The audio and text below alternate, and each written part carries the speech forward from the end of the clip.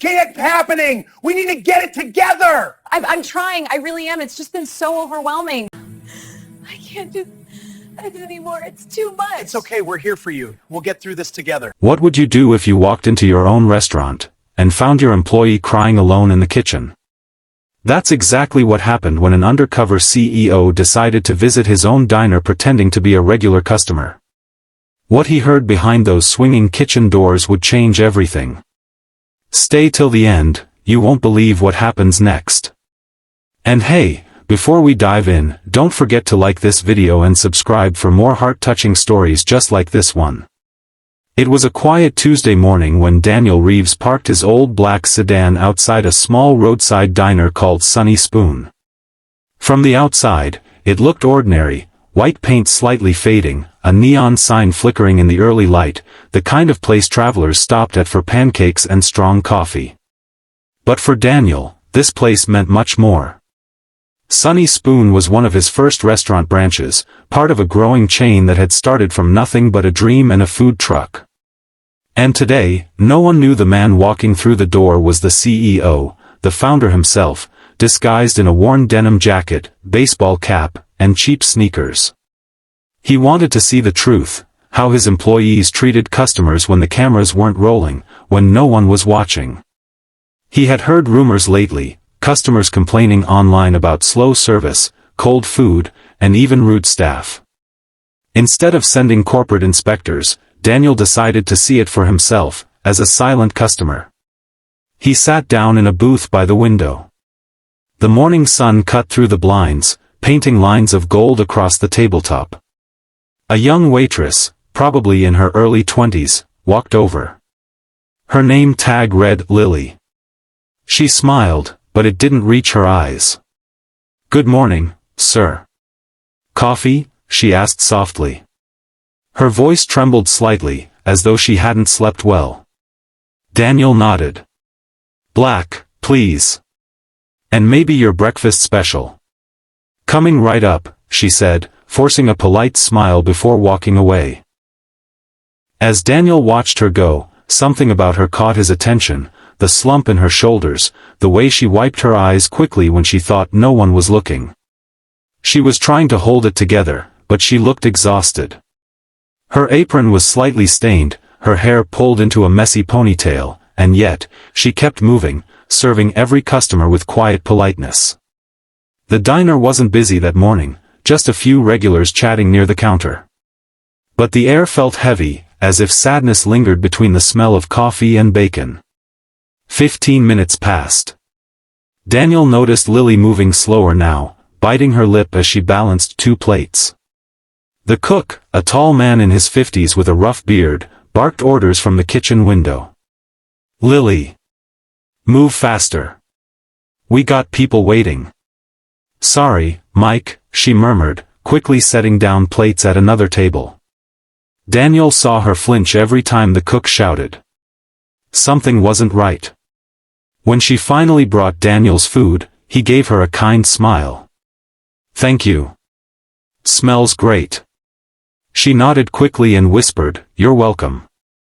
Her hands trembled slightly as she set down the plate. Daniel noticed tiny bruises near her wrist, faded, but visible. He didn't say anything, but concern stirred in his chest. As he ate quietly, Daniel observed everything, the unclean counter, the broken coffee machine, the manager who hadn't shown up yet. It was clear this branch had been neglected. But what bothered him most wasn't the diner, it was Lily. Something about her silence felt like a cry for help. Moments later, Daniel heard it, a soft sob, barely audible at first. He looked around. The other customers were busy chatting. Then he heard it again, coming from behind the kitchen door. Curiosity, and concern, drove him up from his seat. He walked toward the kitchen, pretending to be looking for the restroom. As he reached the swinging door, he paused. The sound grew clearer. Muffled crying, quick sniffles, and a whispering voice saying, "I can't do this anymore." He pushed the door slightly open. Through the small gap, he saw Lily standing near the sink, wiping her eyes with a paper towel. Her back was turned, shoulders shaking. The cook, Mike, stood a few feet away, arms crossed. Crying again? You think tears are gonna fix your mistakes? Mike growled. You dropped another plate this morning, and we're already short-staffed. I'm sorry, Lily stammered. I'll pay for it, I promise. Please just stop yelling. Daniel froze. His hands tightened at his sides. Mike slammed a pan onto the counter. You said that last week too. You're lucky the manager lets you stay here after all the trouble you caused. Trouble? Daniel frowned. What was he talking about? Lily's voice broke. I'm just trying my best. I really need this job. My son, she stopped mid-sentence, covering her mouth as tears spilled again. Her son? Daniel felt a pang in his chest. Mike sighed heavily, shaking his head. Whatever. Just clean up before the lunch crowd comes. And for God's sake, stop crying at work. It's pathetic. He stormed out the back door, leaving Lily alone. Daniel waited a few seconds before stepping inside quietly. Lily gasped when she saw him. Oh my God, sir, you're not supposed to be in here. Customers aren't allowed. I'm sorry, Daniel said gently. I didn't mean to intrude. I just heard you crying. She looked embarrassed, wiping her face quickly. I'm fine. Really? Please don't tell anyone. I can't lose this job. Daniel's tone softened even more. No one's going to fire you.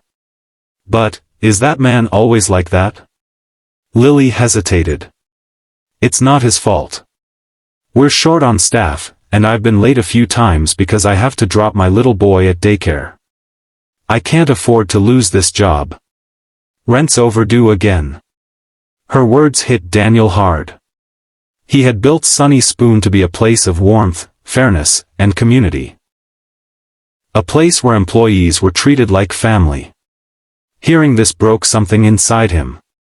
He wanted to tell her who he was right then, to promise her safety, raise her pay, and fire that cruel cook on the spot. But he knew he couldn't. Not yet. He needed to see how deep the problem went, how his diner had drifted so far from his values. Instead, he said softly, you shouldn't have to cry alone. Sometimes people forget kindness matters as much as hard work. Lily forced a small, shaky smile. Thank you. That means more than you think. Daniel nodded and turned to leave. But as he stepped out, he caught sight of the small photo taped near the fridge, a picture of Lily holding a little boy, maybe 4 years old, smiling in front of a cheap Christmas tree. The boy had the same brown eyes as her. Daniel paused for a long moment, then whispered to himself, no employee of mine should ever have to live like this. As he walked back to his seat, his mind was already racing with plans. He would stay undercover a little longer. He wanted to know what was really happening behind the scenes, how his workers were being treated, and who was responsible for turning his dream into a nightmare. But deep down, he also knew, something far greater was about to unfold.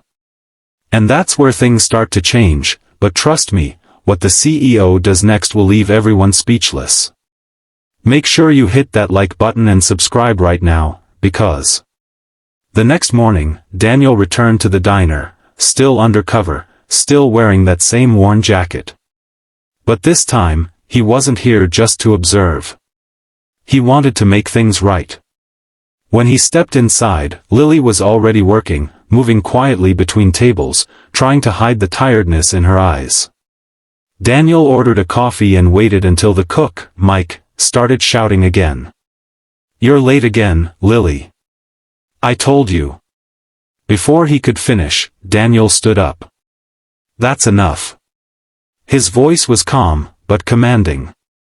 Everyone turned. Mike frowned. Who are you to tell me what to do? Daniel reached into his pocket, pulled out his ID card, and placed it on the counter. The gold logo of Reeves Hospitality Group gleamed under the lights. "I'm Daniel Reeves," he said quietly. "The owner of this diner." The room fell silent.